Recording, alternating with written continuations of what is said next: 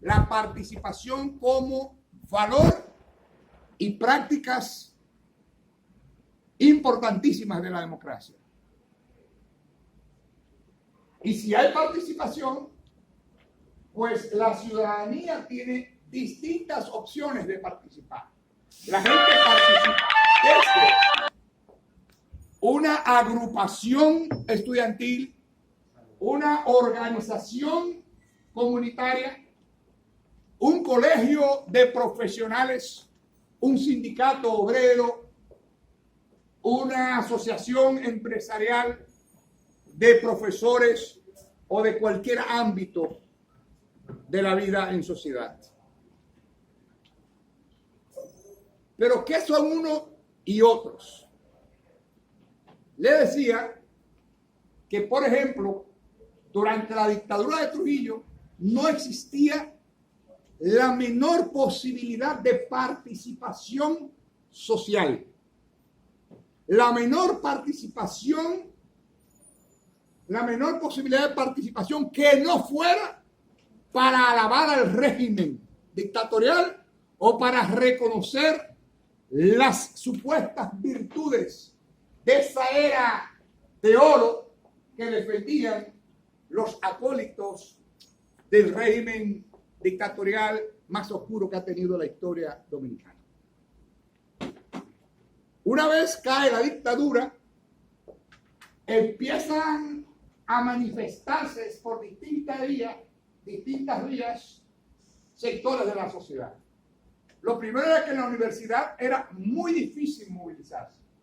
Aquí surgió el movimiento revolucionario 14 de julio, pero la capacidad de movilizarse, digo en la UAS, que no se llamaba así, sino Universidad de Santo Domingo, y no estaba en este espacio, en este gran campus.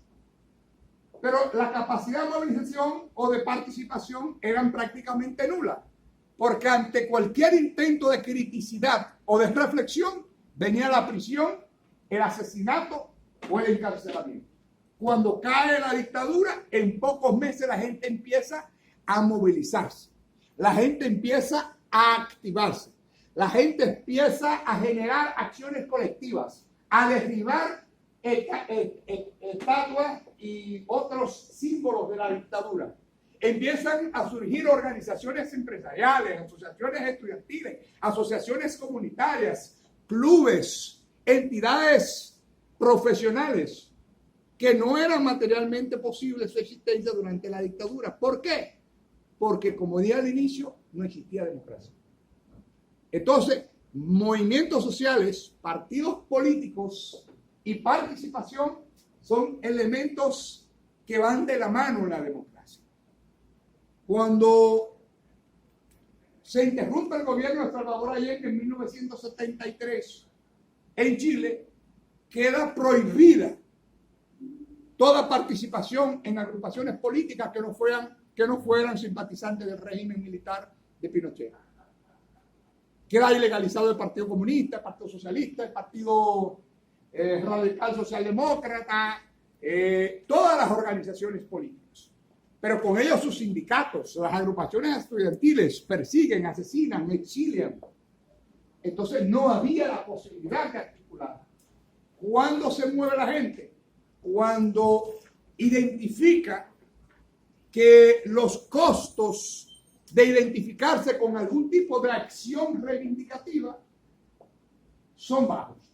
Cuando la gente identifica que ir a las calles a demandar algún tipo de reivindicación, pues es mucho más fácil que participen de algunas acciones colectivas. Ahora bien, ¿por qué decimos que los movimientos sociales son políticos?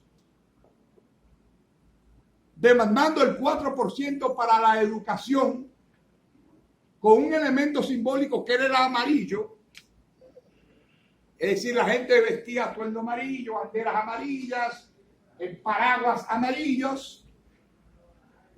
¿Qué estaba haciendo la gente? Participando. ¿Qué estaba haciendo la población? Exigiendo.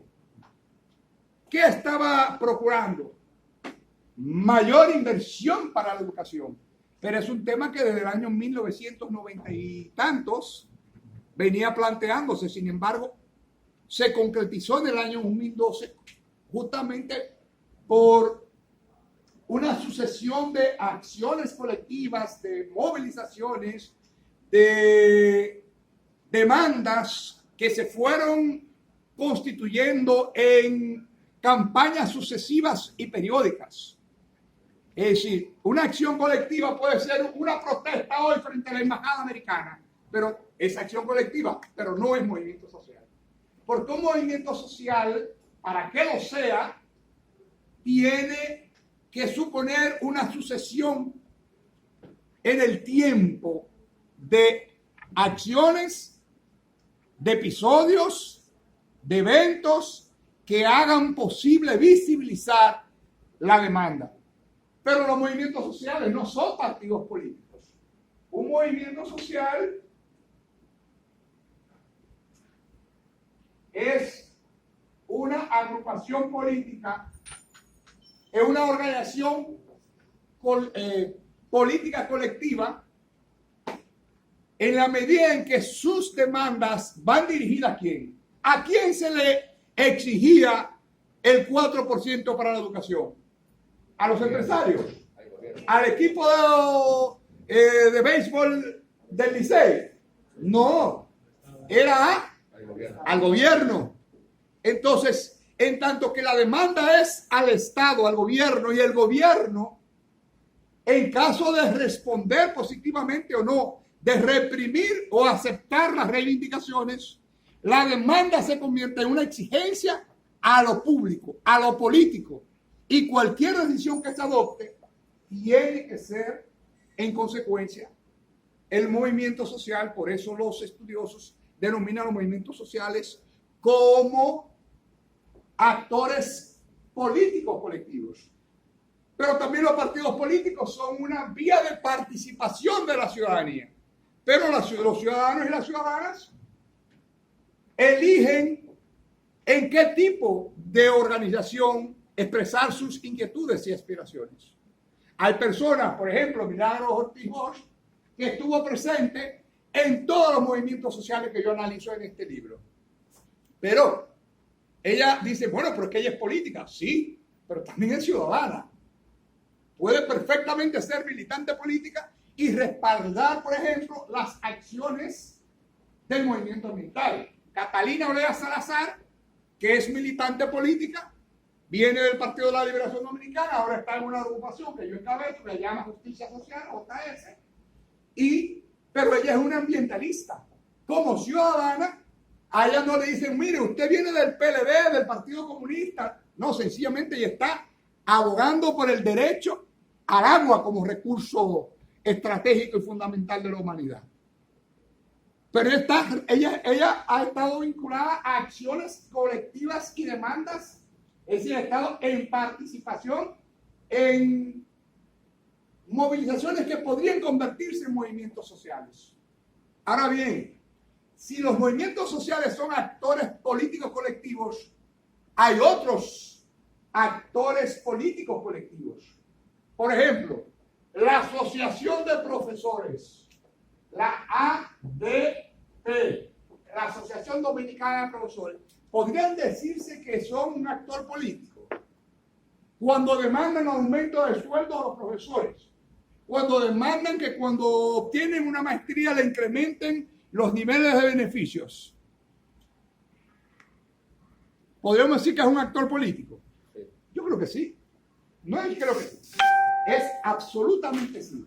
Lo único que esto, la Asociación de Profesores de la UAS, la Asociación de Empleados de la UAS, la Asociación o el Colegio Médico Dominicano, también son actores políticos colectivos. ¿Por qué? Porque sus integrantes participan, generan participación.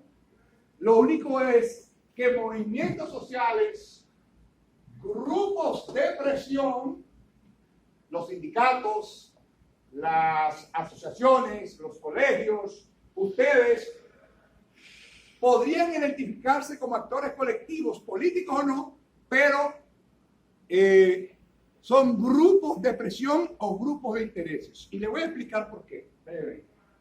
Y los partidos políticos también son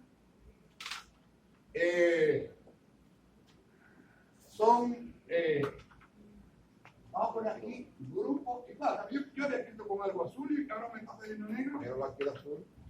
Dios mío, ¿qué es esto? A ver, grupos de presión o grupos de intereses. Este es un concepto que agrupa a asociaciones que no son propiamente partidos políticos, pero son actores políticos. ¿Por qué? Cuando se discute en el Congreso una reforma fiscal, es decir, que el gobierno necesita más impuestos para cumplir con las políticas públicas, con los presupuestos, para otorgarle más recursos a la universidad, para crear una extensión, para pagar a los maestros, para construir más escuelas, para construir carreteras, para construir teleféricos, lo que sea. Entonces, ahí aparece